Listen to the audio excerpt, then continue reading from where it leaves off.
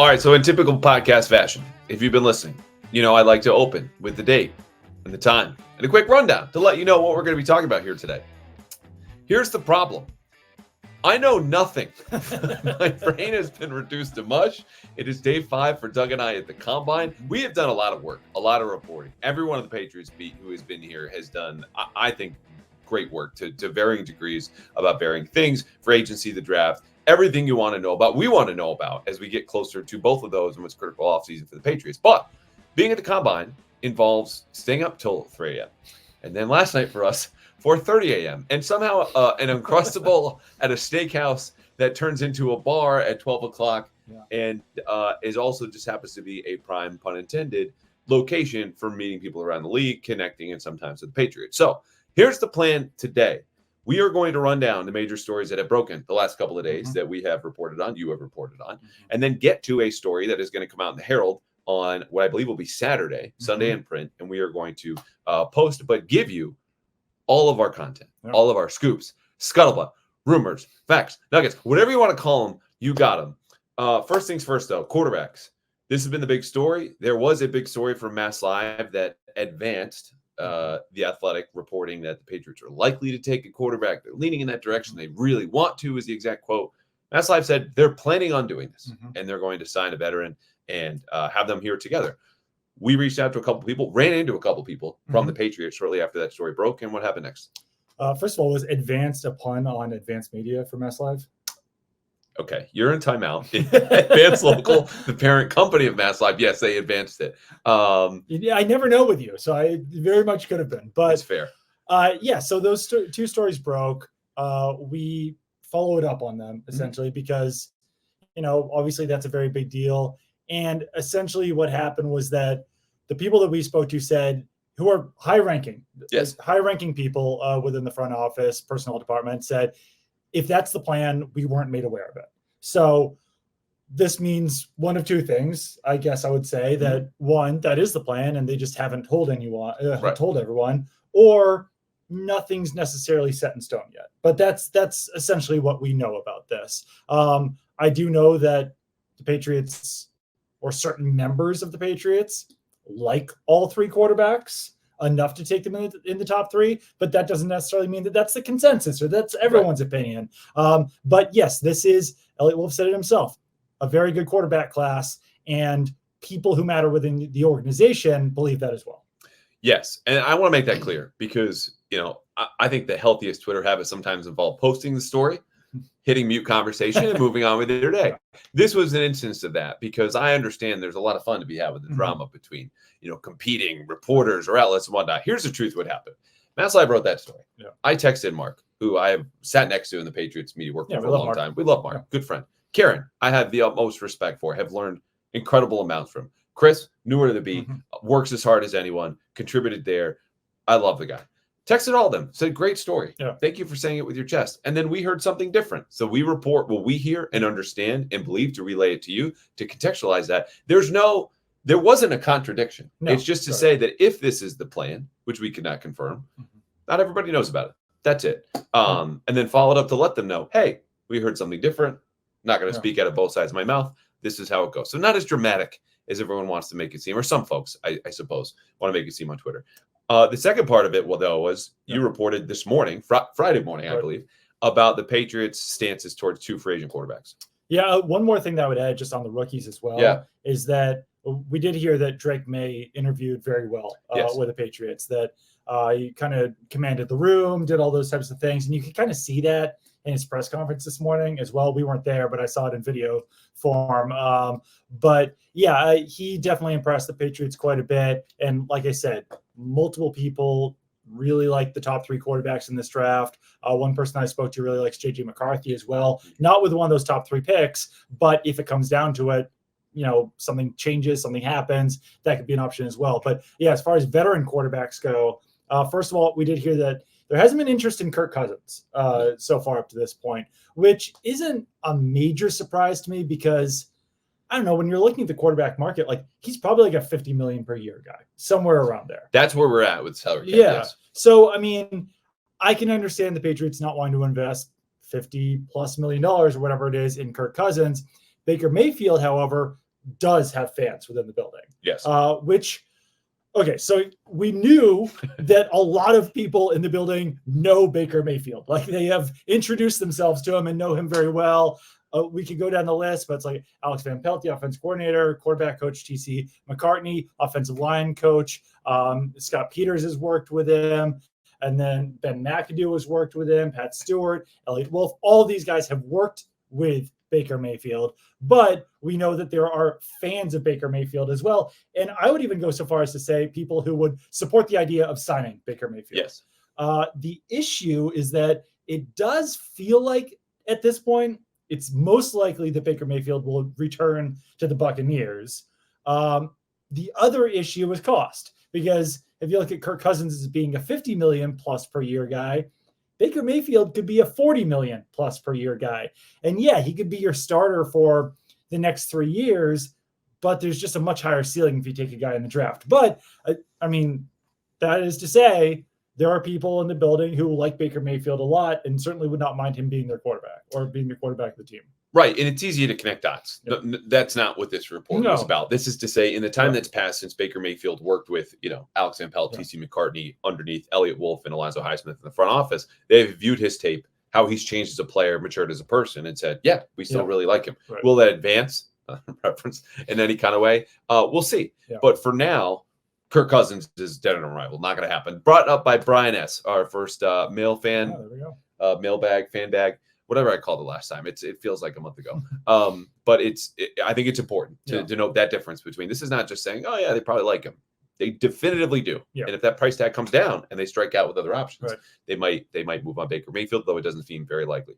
To actually go back to the draft for a second, because look, that's why we're here. Right. Yeah. The combine is to scout all these prospects who are running, lifting, jumping as we record this at some ungodly hour on Friday. But the May interview, I think, is important to stop with, because when we talk about these quarterbacks, it's almost like a reflection on what you value as a team or a coach or a GM in terms of whether you prefer Drake May or Jane Daniels. Right. I'm on the record saying I think they should draft a quarterback. I think these are all worthy quarterbacks. We're going to have deep dives going in the Herald.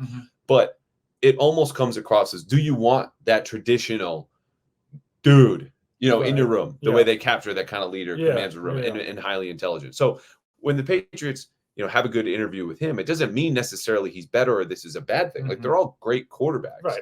It's just Washington's going to make a call that's best for them. And the player the Patriots get fit for might end up being a better player in the NFL because of his environment. And that gets lost in here. The preference and the flavor, and also how things go, obviously, once you get in the building. For sure. And we might have mentioned this on the first show, but I don't think so, actually. They met with all three top quarterbacks. Yes.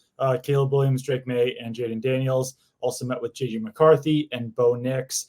They did not meet with Michael Penix. So I would say up to this point, I would be surprised if Michael Penix wound up being the guy for the Patriots. But it's March 1st. I'm telling you what day it is right now. It's March 1st, and things could change. But at this point, I would be very surprised if Penix was the pick.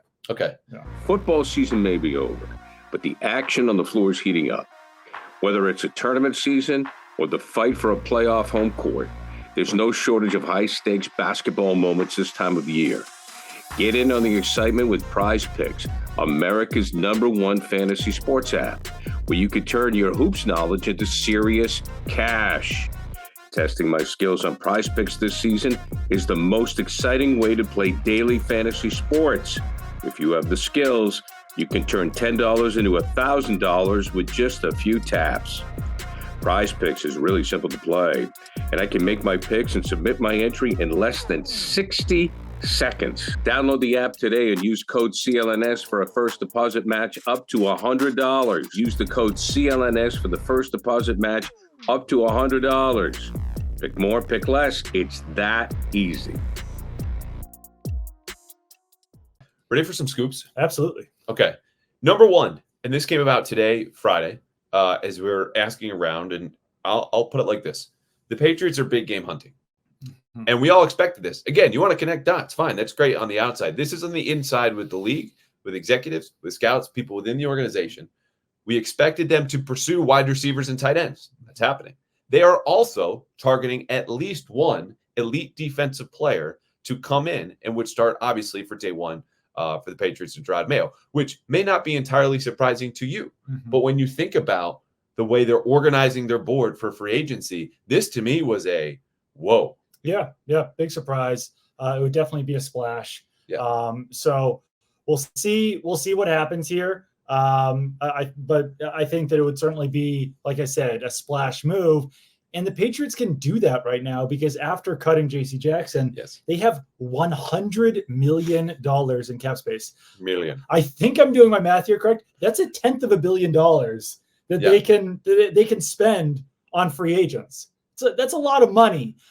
So I'm not sure if they're going to use all of that cap space. They're going to have a ton of cash to spend over the next 3 years.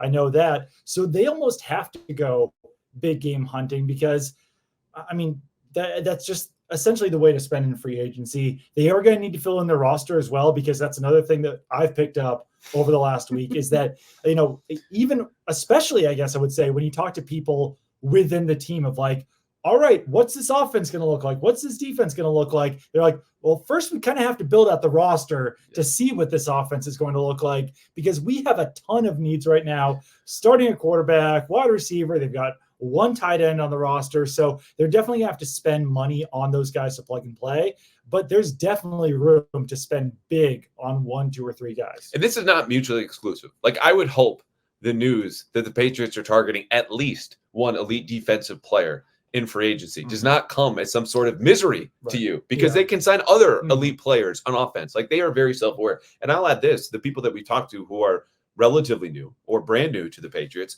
are very self-aware about the cupboard that they're opening and trying to cook this meal with. As I wrote earlier this week, you can talk about Elliot Wolf in the front office, and all these guys are basically lame ducks with their contracts. If you want to know more about that, read the piece. But the coaching staff and the front office understands what they have and what they need. So this is not mutually exclusive. You can get a great defensive player and all the offensive needs and try to fill them in free agency as well as the draft. And I will add this. The defense, you could go, okay, they were just a couple injuries away. They could have been much better. Matt Judon's going into a contract year. Jelani Tavai going into a contract year. Jonathan Jones, as a starting corner, is on the wrong side of 30.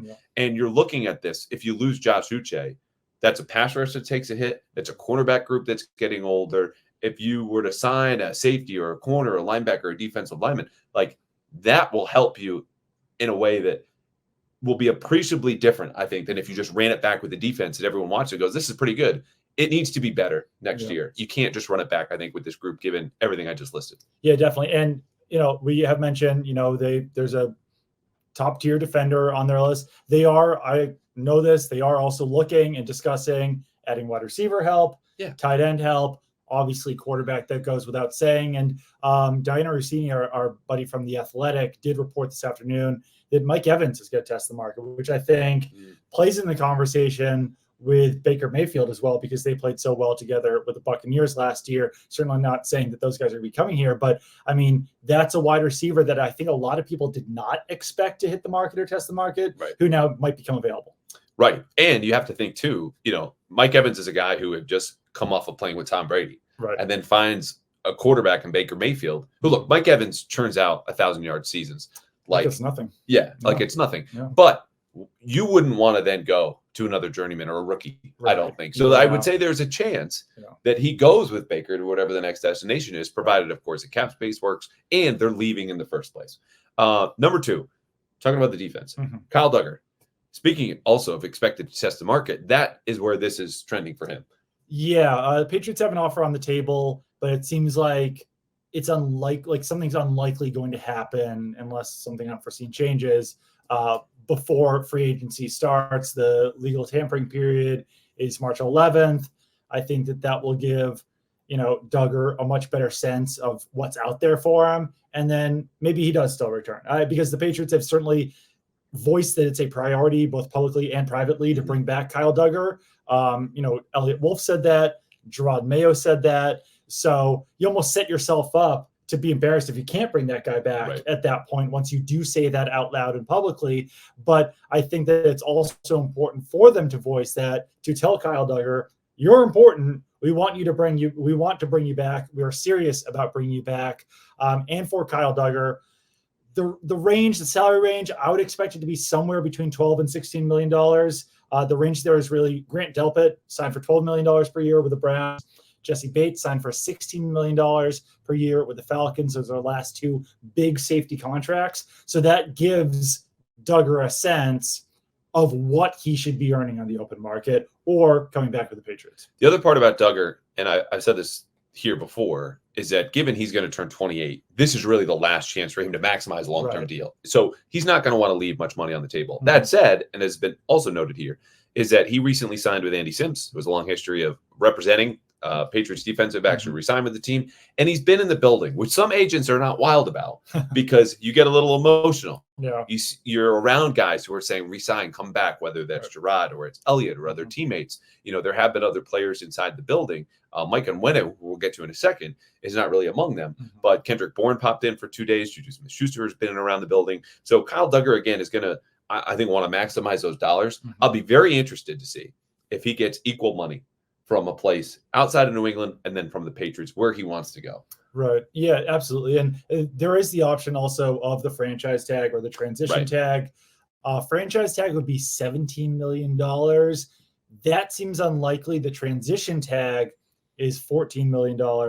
And just real quickly, we might have discussed this before, but with the transition tag, there's a right of first refusal. Like someone else would then be able to offer Kyle Duggar a contract. If the Patriots match it, they get him. If they don't match it, then they would receive nothing in return. If the Patriots give him the franchise tag, in that same scenario, they would receive a first-round pick. So, but that $17 million would be really rich for Kyle Duggar. Yeah, I haven't run into anyone yet who thinks that's even remotely likely. Right. You know, even 50-50, because it's, again, outside of the range that we just discussed, set by the market. You can account for some inflation with the cap going up $30 million. You're still not getting to 16. And Kyle Duggar is not the player that Jesse Bates is. So his market is a bit unclear, but again, he's going to test that, find it out. And one other note about this, because this speaks to the whole combine. Agents or teams are tampering. Right. But they don't get as specific as they used to because there's still this 7 to 10 day window, depending on whenever you leave the combine, before free agency starts on March 11th. Yeah. So you can make a call a week from now on the 8th and be like, okay, here are the numbers. Yeah. Sit on it for the weekend. Let's talk Sunday night or Monday morning before the window opens for the legal tampering at noon on Monday. The combine really used to be kind of the illegal tampering period. Yeah. Like because it did start right before free agency. And maybe that's why they even folded in the legal tampering period by moving this a week away. But one other note on Duggar is that the Patriots have not discussed the franchise tag up to this point as well. So if they did do that, that's why I'm saying it might be just a bit of a surprise. Right. Now, they do have a history, and this was a different regime. The last time they used the franchise tag was Joe Tooney, which was a giant surprise to everyone, including Joe and his representation in 2020, 45 minutes before free agency opened, which also ate more than half of their cap space at the time. But no one cares about 2020 or now a Chiefs offensive lineman. So speaking of offensive linemen, Mike Onwenu is taking a unique approach to his free agency. Mike Onwenu is projected to be the highest paid Patriot, and pending free agent, played right tackle, did him a huge favor as far as what his market should be. I estimated somewhere between 15 to 20 million, probably closer to 16, 17. But the person who will be negotiating that contract is now probably Mike Onwenu because he fired his agents earlier this week. And as we've spoken with a couple of people today, Mike heard from a lot of agents who, of course, would love to represent a guy who's about to be paid 16, 17, $18 million a year. And he gathered a lot of market research and intel from other teams and where these agents thought he might go and what he might get. And then is using it himself with some financial advisors who will dot the I's and cross the T for him. So I love this move. It does incur some sort of risk. But if you're the Patriots, I think you also look at this and go, we would love to have him back. And they do, speaking with people within the team. It's just a little discouraging because whenever you fire agent this close to free agency, it's typically because you're not getting the money that you want. Yeah, no, this is not just speak when, Elliot Wolf and Gerard Mayo are saying, oh, we'd love to have Michael Onwenu back. Like they 1,000% want Michael Onwenu back, but he's going to be expensive. And it is a curious market for Michael Onwenu because teams will have to decide whether they do view him as a guard or a tackle. I'd probably lean towards more teams thinking of him as a guard rather than a tackle, just because he has played it more and he looks more like a guard, like body shape wise and everything. He only played guard in college. So And then also just the fact that he's representing himself. I think that does play a part in this. That does play a role in it. I'm curious to see what he gets, what the structure looks like, what everything looks like. But yeah, if he does do this on his own, which, like you said, is the expectation at this point, I do think he will be leaning on those financial advisors to lead him through. Yeah. Okay. Now, Kyle Duggar and Michael Onwenu are going to hit the market. We're going to wait on those. Patriots, however, are not waiting with some of their smaller profile players. Nathan Rourke, third-string quarterback, who you might have forgotten. I wouldn't blame if you forgot about Nathan Rourke, who did throw a pass and also got here going. I could never forget about Nathan Rourke. You could not. You guys chatted a lot in the locker room. He's back. He's been re-signed. And my understanding, speaking with someone today high up in the front office, is that they're pretty confident they'll get a couple more of these deals done. And there's precedent, right? They've signed multiple guys last year on the eve of free agency. Sometimes it's Matthew Slater. Other times it's Connor McDermott. No one's really throwing a party for those re-signings. Right. But if you're the Patriots, it's a little bit of momentum going into what it will be a big week. And you understand, okay, if we get, let's say, Farrell Brown, or you get someone like Mack Wilson, that might be a help because you're at least plugging holes in the meantime and then able to throw a bag at someone versus going, okay, we feel a little bit more pressure to go get a tight end because we don't even have our third string guy in-house. If you get that done, that's a help. Yeah, absolutely. And yeah, there are positions of need like that where you just kind of need to fill in the roster right now, especially at tight end with someone like Farrell Brown, where you only have Michael Petway on the roster currently at tight end, linebacker. I forgot about him. I'll end up. You could not forget about Nathan Rourke. I forgot about Michael, yes. Michael Petway signed to a contract extension at the end of the season and didn't play whatever. And then, like Anthony Jennings, Mack Wilson, bringing back some of those linebackers would certainly be beneficial for the Patriots as well. Yeah. Kendrick Bourne. Talked to a couple people today and earlier in the week. I've talked a lot about it. We can go quickly on this, but it's really tied to his recovery from the ACL, which that information is more readily available to teams than I knew before, reporting and kind of asking around about what's happening. But because he's ahead of schedule, expected to be able to participate in training camp, be ready for the start of the season, a couple people around the league told me his market might not be deeper in terms of dollars, but should be wider in terms of suitors, because you look at guys who are either GMs right now or head coaches who were in San Francisco or in New England, where he played in the Shanahan offense, obviously with the Niners, had an 800-yard season with the Patriots a couple of years ago, gets hurt, but is a player that could complement a lot of places. And because of that, and there are teams in the AFC that tried to trade for him a year and a half ago, he might have a lot of options. I don't know if he's going to get the dollars that he wants, but the market's wider because of all the work he's put in physically the last few months. Yeah, and I mean, I also just wouldn't be surprised if teams are looking at a good wide receiver who's coming off of a knee injury and be like, maybe we could get some value there or something. And then if enough teams think that, then that obviously drives up the price. So, definitely curious to see what happens with Kendrick Bourne. But like you said, I do expect a lot of people to be interested in him. And one other note, his ACL surgery was actually performed by the Rams team physician, Neil Trash, who also did Tom Brady's ACL surgery 15 years ago, in case the dynasty was not making you feel old enough. There it is. And he has other ties to the Rams as well, not just because the McVay system is similar to the Shanahan offense. Nick Caley was here for his first 2 seasons in New England. And bottom line, everybody loves Caley. Yeah. So we'll see. The Rams might be among those teams. They might not. But we'll see about Kendrick Bourne here in the coming days. This is my favorite nugget of the week. And this is courtesy of someone that you knew and introduced me to and did us a huge solid, because we've talked a lot about Elliot Wolf pivoting the Patriots to a new grading system, a streamlined system, a simpler one. It's round-based, it's value-based, as opposed to we need this exact nickel corner to play in the Belichick defense. And sometimes it works, and sometimes you get Cyrus Jones. Tell us more about the scouting system. Yeah, fortunately, there's been a lot of people who have worked with Elliot Wolf. This grading system started back with the Packers, brought to the Browns, and now Elliot Wolf has brought it to the Patriots, where they are grading players by value or by round rather than by role. So in the past with the Patriots, it would be this guy's a starter, this guy's a backup, this guy's a special teamer, this guy's a potential starter. Now under the new system, it's essentially a 5-point. It's essentially a 5.0 to 9.0 scale, where a 5.0 is an undrafted free agent. Anyone below a 5.0 is not someone that you would want to work with.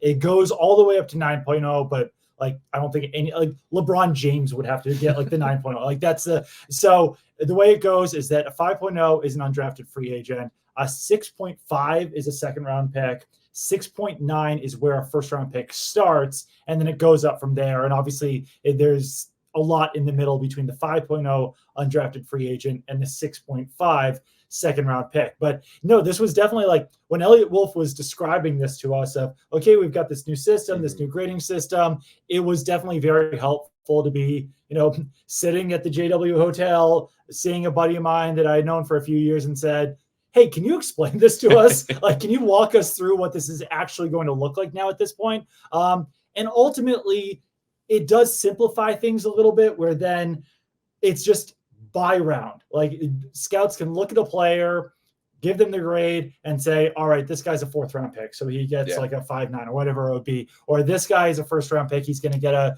7.0 or whatever. Whereas in the past, it was so dependent on what the Patriots were specifically looking for, where like Josh Uche, they probably wouldn't have graded him as a starter, but like, it's a simplified system. And it seems like the guys who were already in the building have picked up on it pretty quickly. It seems like they do like it. It's led to people who have grown up in the Patriots grading system having to teach it to the younger scouts, but those are also very smart people who have picked up the grading system and now are teaching it to younger people. And overall, it's a younger front office. So they're a little bit more flexible, able to learn, willing to learn. And look, you don't really have a choice. This is what the new boss wants to do. The draft is coming up in 2 months. You got to get a head start. There's like one person who's been there for all of Belichick's tenure or close to it. And I think that's Brian Smith, like the scouting coordinator, whatever it is. Almost everyone else is like within the last 5 to 10 years. Right. The other help about this is that Elliot Wolf has been involved in all of the scouting, pro and college, dating back to last year. I mean, the last 4 years. So typically at this time, Bill was playing catch up. And look, Bill was excellent at playing catch up. Okay. We all saw it. We all watched it. This is just to say that when you're installing a new system, when you're laying out the board, when you're having someone at the top who's making decisions, if you needed to have the draft tomorrow, Elliot could do that. He's familiar with the players. They're still going to do a lot of research. Again, they just met with the quarterbacks at the top of this draft for the first time this week, right? They're going to be top 30 visits, pro days, all these different things. But because of Elliot's familiarity, this helps get everyone up to speed, not only just with the system, but how they see players right now. Whereas Bill, I mean, of course, he could have made the draft. He probably would have felt good about it. Right. But not anyone in that building would have wanted to do on March 1st. Okay. Smaller note, the Patriots got spanked with their NFLPA report card. And this is 2 days old now. And I ripped the Crafts pretty good in a column saying, look, is this going to be shame enough when you are the 29th ranked team in the league? And these are unscientific. These are subjective. These are surveys that have changed their grading system and categories from year 1 to now year 2, not to be taken as gospel, not a referendum. But when you were the New England Patriots trying to get back to being the New England Patriots, and you go from 24th in the league last year to 29th now in every single category but 2, one of which was not available last year, head coaches, and the other one was the training room. But all others go down. This is embarrassing. It is. Yeah. And I mean, I think there was like some surprise about this, some not. The one thing that everyone will rightly harp on is that the weight room graded last, right? Or it was last or second to last. But it was the only weight room in the league where the majority of players in there looked around and said, I can work out somewhere better than this outside the facility. Right. Yes. Which is a problem. They can go to Fit Factory in Foxborough for better workouts than they could at their own stadium. Shout out Fit Factory. But that's where Ted Karras used to go in the offseason. No, I'm not sure if that's because he preferred it to the weight room, but I just know that he went there. And he's not here anymore, so I'm not doxing his gym. So the common refrain here is that the Patriots are building a new weight room, which that's still the plan, but it's not being done yet. And there's no real end date in sight for when that's going to happen. Matt Patricia, oddly enough, was offensive play caller / weight room designer when he was on staff with the Patriots. And now he left a year ago. So it's kind of even unclear who Bill Belichick then was going to have designed the weight room And now I'm not sure if you guys know this, but Bill Belichick's gone now too. So now someone else has to either design it or hire someone or assign someone to design it. But there's no clear-cut place where it's going to go right now. There's a few options on the table, but at this point, it's certainly possible that that's in place by the 2024 season. But I haven't specifically heard that, and I know that there's some time restraints in place before the players are back in April when they're going to have to be back in there working out. It's bad. It's Matt Patricia leaving as a coach on your football staff should not delay the installation, the upgrading of a weight room, which Gerard Mayo specifically highlighted as in his introductory press conference as being like the heartbeat of the team, an essential part of playing football, developing football players. And because Matt Patricia left, this is suddenly a calamity in Foxborough, where, again, they might have it done at the start of next season, but they do not have a firm plan in place. And now their head strength and conditioning coach, Moses Cabrera, is gone, and some of their sports science staff is also up in the air. And one thing I will say is that there's a distinct possibility that this report card could significantly improve in 2024. Yes. Because, in theory, the head coaching grade could change. The strength coach grade could change because John Mayo is taking over for Moses Cabrera. And if they improve the weight room would improve. Maybe the training Wait, go back to that improve. point. Yes. The weight room grade would improve. The training room grade could improve if they provide more space. And if they're showing players that they're willing to invest in this weight room and training room and all these things, then the ownership grade would raise as well. So like there's a real path for so many of these grades to be better, but it almost all starts with the weight room. It does. Okay. One other thing on a positive. It's a lot on a weight room. Yeah. Shout out Fit Factory. There was someone I talked to today in Ted Cares who had an objection saying, hey, those B minuses for our food and for our nutritionists, Ted Harper does a great job by any account I've ever come across or asked about or heard of. It's too low. Patriots were average, which was among their highest marks, maybe their highest marks for their food and their nutrition program. They said, we've had guys come from other teams who show up and be like, this is great. I wish I had this in other places. Yeah. So, the Patriots, the survey is done by players. This is not media. These are not coaches. These are not staffers. These are players saying this is how we feel working here. Yeah. But maybe they deserve a little bit more love in the cafeteria. The franchise tag we talked about, I think it's worth reiterating. Mike Onwenu would cost $20.98 million. Let's just call it $21 million if tagged. That exceeds the average annual value that he is being projected at, somewhere between 16 to 20. You'd be like, 21's not that much different from 20. Give him an extra $1 million. This is all guaranteed. And it's a one-year deal. And players hate the tag. And the transition tag is only like $1 million less. So the transition, I think, is around $19 or $20 million. So on both those, it just seems pretty high for a guy you don't know whether is a guard or a tackle in this new offense with new offensive line coaches. Want to talk about Mac Jones? No, but okay, I'll take this. 3 front office executives checked in with saying, how much is Mac worth? I've thrown out fifth round pick. All of them said, yeah, that's about right. Yeah. That felt great. Yeah. Now, another person said the Patriots would be lucky to get a 6. So there's not universal agreement on what Mac Jones is going to be worth. But as I said all along, a late round pick, a day 3 pick, seems likely for a guy who is expected to be traded, according to reports. Yeah. And I think only makes sense to part with the starting quarterback when you're going into a new era, like drafting a rookie quarterback to take over for him, and a guy who thinks he should start elsewhere. But the history and the baggage is just too much. And I was kidding. Of course I want to talk about Mac Jones. That seems fair. I think you need to have a fresh start here. And I think that Mac Jones could use a fresh start. I'd say that I was talking to someone about Mac Jones and like what his future holds and all that kind of stuff. And, I was wondering to that person who works for the team, works for the Patriots. I was like, how do you think you would feel about being a backup? Like, do you think he's got the right mentality for it? Do you think he's got the right personality for it? Because in a vacuum, like you might not think so, but then that person did raise the point that like Nick Saban used to praise the hell out of him as the scout team quarterback. He was super competitive. He was all on board, being that backup to Tua Tagovailoa. So maybe with a fresh start, maybe he would benefit from that. Maybe if he gets in the right system, like a Shanahan system, something like that, then he could be an even better backup, whatever it would be. But I don't know. We'll see what the future holds for Mac Jones, but the Patriots probably aren't getting a lot for him in return in a trade. No. Staying with the quarterbacks, though, mentioned again, all of them have met with the exception of Michael Penix, poor Michael Penix, with the Patriots. Caleb Williams telling reporters today, kind of a smaller room. That room including Gerard Mayo, Elliot Wolf, Alex Van Pelt, quarterbacks coach T.C. McCartney. And a lot of these meetings, too, you'll have a Zoom ongoing, so people back in Foxborough who did not travel for the Combine can watch. But specific to Mayo, he had a unique schedule when it comes to head coaches at the Combine. And some guys just say, I'm staying home. Right. He did not. He came in specifically for the quarterbacks, flew in over the weekend, left yesterday, meaning Thursday. So he really worked his schedule around that, and he met with some other coaches. But it's just kind of an interesting tidbit because you think about, the team comes in, they stay the week, and then they leave. No.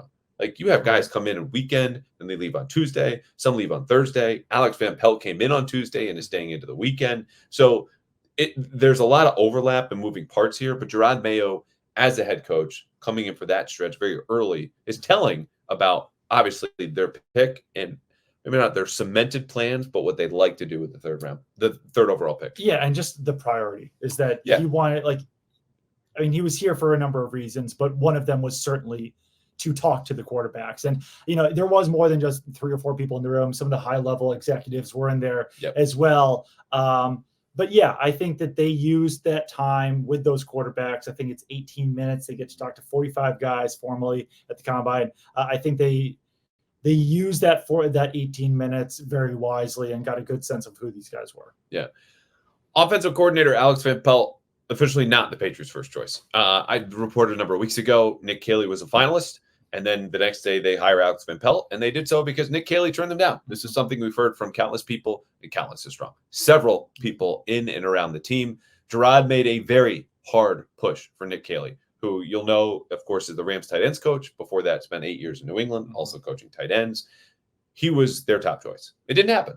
They moved to Alex Van Pelt. This might be a not blessing in disguise, but ultimately a better fit for them as a guy who's coached quarterbacks, did an offensive coordinator before, and all the wonderful things we've heard about Alex Van Pelt. Yeah. But Caley weighed his family considerations, the fact that you just stand next to Sean McVay and you're sprinkled with this magic fairy dust where you become a great offensive mastermind, just ask Zach Robinson now in Atlanta, and decided to stay. But this was something first reported by Sports Illustrated earlier this week, something that we confirmed.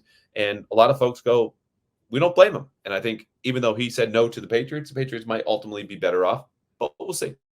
Yeah, and for a guy like Nick Caley, I'm not sure how many opportunities he'll eventually get to be an offensive coordinator. Yeah. So it's probably a good move to bide your time. He has no idea who the Patriots quarterback is going to be. He has no idea what that offense is going to look like. So he liked being, if you liked being with the Rams and he was okay being, in a assistant role for another year or two, probably makes sense not to jump the gun and leave for a job that you're not 100% confident about. 2 more, and then we get to the mailbag, which is going to be very quick. I'll do apologies to everyone who asked questions. And thank you, as always, for asking those questions. And we're going to revamp our fan bag segment next week. Special guest, Devin McCourty, coming on the pod. Elliot Wolf. I almost got tired. It's tough that the quality of your guest goes so down next week. I know. It's really bad. But he's very handsome. He's very, very rubbing my head. Handsome. I got tired about asking about Elliot Wolf because just like Alex Van Pelt, universally positive feedback, which the positive feedback is not a bad thing. You just like to hear variations of, I knew him back when and he was like this. And the answer is always the same. Elliot Wolf is intelligent. He's diligent. Yeah. He's a natural. Obviously, the son of Ron Wolf, we all know this. He was raised for this role. And they all say he's ready. Yeah. This does not guarantee he's going to nail the job as a GM, one of the more difficult GM jobs so far right now. And again, he is not guaranteed any power past the draft. And the contracts of the guys underneath him also run out, which is a rarity across the NFL. Most teams roll over these deals. You get another year, just to keep you. But look, positive feedback is a good thing. And you hear this from everywhere. Yeah, I know. I don't think there was a more popular person at the Combine than Elliot Wolf. Because you literally could not find someone to say it was Elliot and then you, because anywhere we wanted to go, hotel lobbies, bars, restaurants, hallways in the convention center, if I didn't like you, I would be annoyed at how often we had to stop and say hello, which was great, though, because you hadn't been in the Combine in a year or two and know a lot of people from your days at PFF. Yeah, it was great to see everyone. And shout out to all, especially my friends down here. It's been really great to see those guys again. Danny Kelly, Danny Heifetz, all those people. But Elliot Wolf, even more popular than I am. You 1000%, whether it's someone on the team that you're like, all right, give you some truth serum. What do you really think about this? No, fantastic. Like, he's ready for the job. He's going to do a great job. You talk to anyone, like even people who don't really know him that well are still like, oh no, everything about him is great. I've met him once on a, pro day or whatever it was. Yeah. And like, they just love the guy. So I think ultimately this is going to be the right move for the Crafts to name him. I don't know if it's going to be general manager or VP or whatever it's going to be. Like, I have no doubt that he's going to earn this job, and that's kind of the consensus here at the Combine. But it was kind of an odd way to find this person too, where you're promoting from within, not conducting a search. It's a team that just went 4-13. That the talent on it has eroded over the last few years. But no one seems to think that that's Elliot Wolf's fault. I think that there's a lot of positivity and optimism that things will turn around with him now fully running the show. It's interesting because in learning about Elliot, we're going to write a lot more about him in the coming weeks and months, that he was handed certain responsibilities by Belichick that would indicate a lot of trust in him, but not necessarily, of course, to make decisions, because that was Belichick's domain. It was his power. It was everything that he had, earned over the years. Greatest coach of all time. Long time stretch, is a really, really good GM, but he never really had significant input or clear influence aside from handling certain free agent negotiations, because everything ran through Bill. Right. And you might make a great case, as you think, but if Bill wasn't sold, it didn't matter.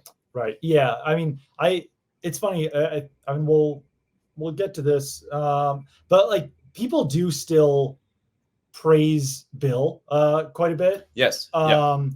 And and one thing that I did hear about Bill is that he does like listen to people. Like, he'll listen to people as long as you know what you're talking about, as long as you present it well, as long as he trusts you, he will 1000%. It's weird. He never listened to the media though. I don't get it. It's funny. But ultimately, when it came down to it, like, sometimes he would just do what he wanted to. Yeah. And like, it doesn't, and like, yeah, he would listen to you, but he would still have that final say. So I know there's been a lot made of, are people taking shots at Bill, all these kind of things. Patriots do certainly want to change their culture in the building. And I think they've done a good job of that, all things considered, that we've heard. But at the same time, while everyone's saying that change was certainly necessary, you're not hearing people blasting Bill Belichick or criticizing him or even venting about him. Like, they still just respect him so much that they are not doing that. It's not the crap on Bill show this week. No. Everyone's still saying very positive things about him, at the same time acknowledging that there were some changes needed around the building. It was time. Yeah. Right. That's how folks feel. Last one. Not particularly exciting, if I'm being honest, but I think noteworthy because it's why we ordered them. This is very true. Yeah. Patriots are looking to bolster their leadership in the locker room, and you could go and look and say, "Oh, it wasn't the defense's problem." I mean, they lost 3 games. They allowed fewer than 10 points, and that's okay by them. And you'll bring back, not okay by them, but it's not their fault. And you bring back Dietrich Wise and Juwan Bentley in that side of the ball, and so. But they want to bolster their leadership in all 3 phases. And David Andrews is going to be back on offense, and Matthew Slater is going to retire or has retired on special teams. But they want a locker room that's tighter, that's stronger, because they felt some of that defensive leadership supposedly fell off in the second half of last year. And that led to the infighting, which I reported on at the time and we discussed before. And so I don't know how that's going to manifest here, but it's something to keep in mind as they sign players and draft them. Team captain was always a giveaway under Bill of people they want to draft. I think there's going to be an extra emphasis here on guys who are going to bring everyone together in a way that we've been talking about, this new coaching staff, culture drivers, unifiers, because they're probably going to lose a lot of games again next year, but they don't want the same feeling in the locker room that they had. Yeah, and it might just have to be like much newer guys or younger guys who have to step up or whatever it is, because like Lawrence Guy wasn't a captain last year, probably in part due to like the weird contract thing that he had going on, but he was one of the defensive leaders. He's been released. Dietrich Wise was one of the defensive leaders. He's a great guy, not exactly the most like commanding, like scary personality or anything like that. Yeah. It's not like when you had, it was for so many years, you knew who the defensive leaders were going to be. You knew who the captains were going to be, all the way back to Teddy Bruschi, then Devin McCourty, Dante Hightower, all of these guys. And then a lot of those guys have left, and it's left a leadership void on defense. And maybe you see like Jabril Peppers step up into that, or maybe it has to be someone who comes in as a free agent, or whoever else it might be who kind of steps it up and leads that void, or fills that void. But it is definitely necessary, and as well as the defense played, there still are some things that they need to fix on the defense, and that's one of them. Okay. Yeah. Mailbag. I said that very poorly. I'm getting tired. No, I think you got the point across. We all know where we're at.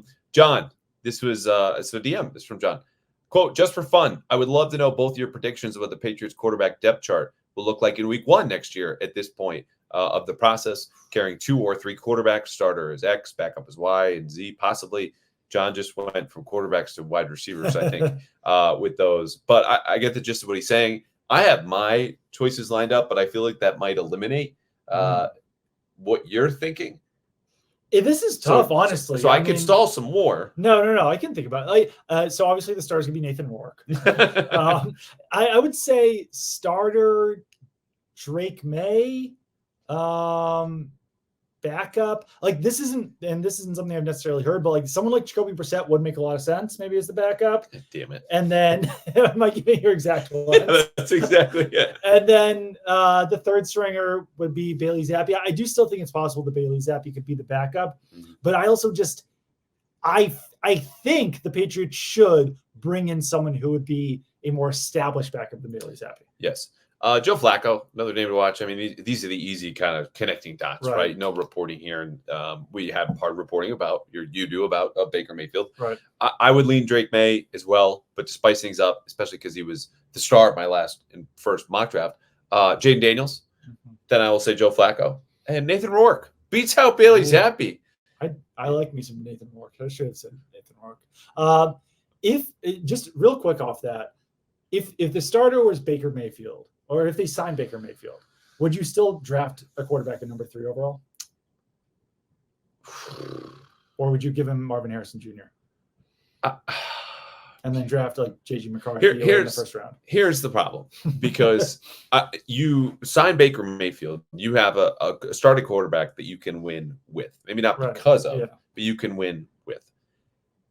He is also not someone, I believe, especially given his age, and he shouldn't feel this way, that is ready to tutor a first-round quarterback. Right. There's a difference between taking a guy in the 2nd or 3rd round as a flyer and another one at 3rd overall, where it's you're the starter this year or next or the year after. Even Jordan Love or Aaron Rodgers, people want to cite as examples of sitting. It's the back end of the 1st round, not a top 3 pick. No. If you sign Baker Mayfield, you are committed and you believe, I would believe wrongly, that he's a guy that you can go to the AFC Championship game with. In that instance, give him the weapon. I would still argue a trade back and get Rome Odunze maybe at 6 because that pick is going to be incredibly valuable.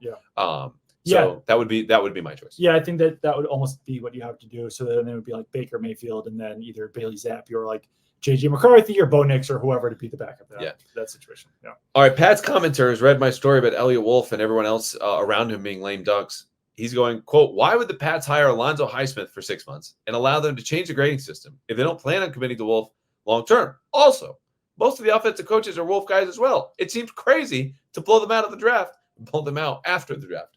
I agree. Yeah. That's why I wrote that column. No, I mean, I think everyone thinks that Elliot Wolf will earn the job. Yes. And the Crafts certainly hope, I would assume, that he earns the job. But it's just not set in stone at this point. So many things in the organization are not set in stone right now. But yeah, I mean, Elliot and Alonzo Highsmith, that was Elliot Wolf's hire, but he is also the only one that he's brought into the front office so far. Yes. Yeah. I will add this. There were other folks who reported and noted around the Super Bowl. Tom Kern, Phil Perry, NBC Sports Boston, Elliot was not guaranteed the power. Mm-hmm. So the point of that column was not to say, oh, I have this new information. Right. It was to reiterate that fact. Which is shocking. It seems stupid. But also to say everyone underneath him is on expiring contracts, which, again, is very rare in the NFL. There is a lot of turnover and change that happens in front offices. But more often than not, they roll these contracts over for another year. It's always kind of a +1 situation. The Patriots have long been an exception to that rule. And here, though, it's strange because technically everyone could jump ship or be fired. And maybe you're going back to the grading system that they had before. We'll find out altogether. Jordan, quote, are you worried that Elliot Wolf will be too much Packers and punt on free agency? I understand building through the draft is the best way to assemble a team, but free agency is important also. Not worried. Yeah, I'm not overly worried. I think they will be. They will have some mover and shaker tendencies in there. Yeah, and they have to spend. I Yeah. mean, you've talked about this. You've written about it. Yeah. We've talked about it. I have. You have to spend. The needs are there. But they do still want to build through the draft eventually. But they do have to like build their roster out first. Right, and this is the middle ground. Okay, you don't have to spend $100 million. You don't have to act like you did in 2021. You can spend 60, 70, 80 million dollars. Extend your core players now. Christian Barmore, re-sign Kyle Duggar, bring back Mike Onwenu. That's going to be a lot of money right there as soon as all of those guys sign. The team's not totally different, but you're spending the money, add a couple of players in free agency up from the outside. That's building out a core. That's building out long term. So no, I don't think he'll step back because look, that's also not a way to earn the job. Right. Thank you for the keys to the car. I'm just going to go around the block and come back. Yeah. Water Boys, 2 questions. Quote, what wide receiver intrigues you the most for the Patriots in the 2nd or 3rd round? Secondly, Onwenu, if he does not want to be back, why not franchise tag him and then tag and trade? So for the wide receiver question, I haven't watched a ton of these guys yet, but Ladd McConkey seems to be someone that a lot of very smart people like quite a bit. He's the Georgia wide receiver. Jalen McMillan, I liked quite a bit. Washington wide receiver. He missed a lot of time last year with injuries, but UW's offense was a shell of itself when he wasn't in there. He's a great slot run after catch guy who's also pretty big. And then you hear good things about Romeo Wilson out of Michigan, Ricky Pearsall out of Florida. I probably just took all of your options there. Keon Coleman too from Florida State. Big body guy. Like we talk about Adonai Mitchell from Texas. Like, we'll see what they do with Parker and Juju and all that. And that's not going to prohibit you from adding a receiver that you like. I had Ladd McConkey, smart person, noted smart person over here in my mock draft, so thank you. But Roman Wilson's a good name to know. Ricky Pearsall is shot up board supposedly over the last month. Really, really good performance at the Senior Bowl. So all of those names to keep in mind. And I think, too, the offensive tackles really fall off after the top 20, top 25, based on where things stand now. People who know better than I do. But you and I are both going to jump in headfirst into the draft here once we get back and do our own study. So I just keep those names around. As far as Onwenu, I think it's just you lose a lot of leverage in those situations, unless you understand ahead of time there's a significant market for this player. And Mike Onwenu is going to have a market, but is it at $21 million? And so teams can just say, we'll wait you out for a player who's unhappy that you tagged him. It's a 1-year deal. It's all guaranteed. And they can afford the cap space. But if those teams then opt for other tackles and say he's actually a guard, the market shrinks. So you need to do this if you are going to do it, I think, in the next week or so before you get to free agency. To make this happen. Well, teams are just too smart. They know the Patriots don't want to pay $21 million for Mike Onwenu. So they're not going to give up anything to acquire a player that they know the Patriots don't want to pay that much and then also have to give him a significant contract. It's a good idea in theory, but teams are smarter than that. Yeah, totally fair question. It's just it's not going to happen. 3 more. Fuad, if or when Elliot Wolf picks a quarterback at number 3, which position would you say they go to next at pick number 34? Keep up the great work.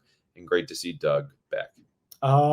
Thank you, first of all, Fuad. Second of all, probably go wide receiver, just because that does seem to be pretty deep and go into the early part of the 2nd round. Do you have any names in mind? Yeah, I've got quite a few. Let's go through. I mean, if any of those tackles fall, though, maybe even trade back up in the bottom of the 1st round to get one of the tackles, because it does seem like the wide receivers could extend into that 3rd round pick as well.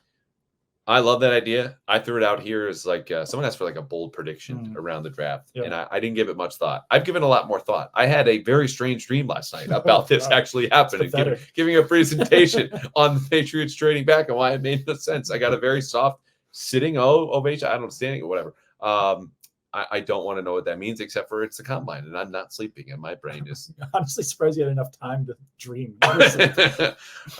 More Uncrustables. 2 more. Jake, what is the most underrated position of need in the draft? The one that fans will have fans pulling their hair out on draft day when the Patriots select blank. I'll let you answer this one first because I haven't thought about it enough yet. So my initial thought was interior offensive line, because you just can never win, especially in the 1st round, as we know, interior offensive line. The counter to that would be Cole Strange, his left guard. Still talented. We'll see. Obviously, was coming on towards the end of last year before he got hurt. City Sal looking pretty good at right guard. David Andrews in the middle, coming back, but is in the last year of his deal. He's an aging player. They drafted Jake Andrews last year. Right. Didn't see any kind of action. So this would be a team in Green Bay that built through the trenches. Okay. We go, if we don't like Jake Andrews, meaning Elliot Wolf does not like him, Alonzo Highsmith, whomever, maybe they get one in the third round, a guy that could push Cole Strange or City Sal, depending on however they view them. So this leans more into the part where you're tearing your hair out at home. Right. I would not expect a linebacker based on the Packers' history and how they've treated that position. Yeah. Besides that, you might get safety, especially if Kyle walks, because, then you're dealing with Peppers, Marte Mapu, and that's about it. Yeah, I mean, I like City Sal, but that all depends on how Alex Van Pelt and Scott Peters think about him, and Robert Kugler or whatever. And I don't think that City Sal was so good last year that you just have to write his name in pen at right guard. I don't think they're going to take a right guard in the first round, but that could be a position that you take a little bit earlier than Patriots fans might want. The other one I would say is defensive tackle, and great call. In an ideal world, Christian Barmore is here for the next 7 years or whatever it is, but it currently right now, no offense to the other guys on the team, it's Christian Barmore and a bunch of kind of old guys, and I think that you might need to replenish the youth a little bit in there. Gotcha, I think Gotcha's 28. He's 20, but that's still not an old guy, but these guys aren't 24, Christian Barmore is, but you're not even, he's really the only one they've drafted. He's the only one they've drafted in the top 3 rounds in the last 5, 6, 7, 8, whatever it is years. Time. So they haven't really replenished that position through the draft. They've replenished it through free agency or just bringing guys back year after year after year. So I think that they could use another 22, 23-year-old to be another option there on the defensive line for them. Similar question from a similar guy, Jake to Jacob, going, what would be one position outside of tackle? Because that is obvious to anyone with a brain. This is a quote, that the Patriots should be aggressive in acquiring to free agency. So a surprise, but no one's tearing their hair out, not because they don't have any.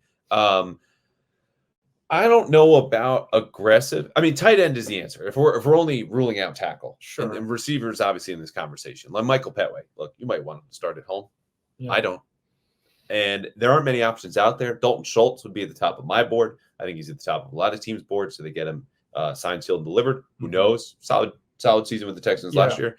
But the other one I'm thinking about, and this is, I would not be aggressive in this kind of way, but running back depth is a real issue, especially if Ramondre gets hurt as he did towards the end of last year, going into a contract year.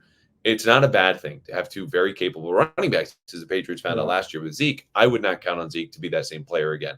So ideally, you would go through the draft and nail that pick, but there's opportunity cost of, okay, we want a running back. We took one with the 3rd round pick. Well, by then you have not addressed one of 3 positions, quarterback, receiver, and offensive tackle, at the expense of a running back. So this might be the short answer. Get a guy who's, and Green Bay's had a lot of them, right? Jamal Williams, backs who are veterans who stay there and serve a certain role. And you could probably find a free agency this year. So first of all, a tight end, you need to sign a starting tight end.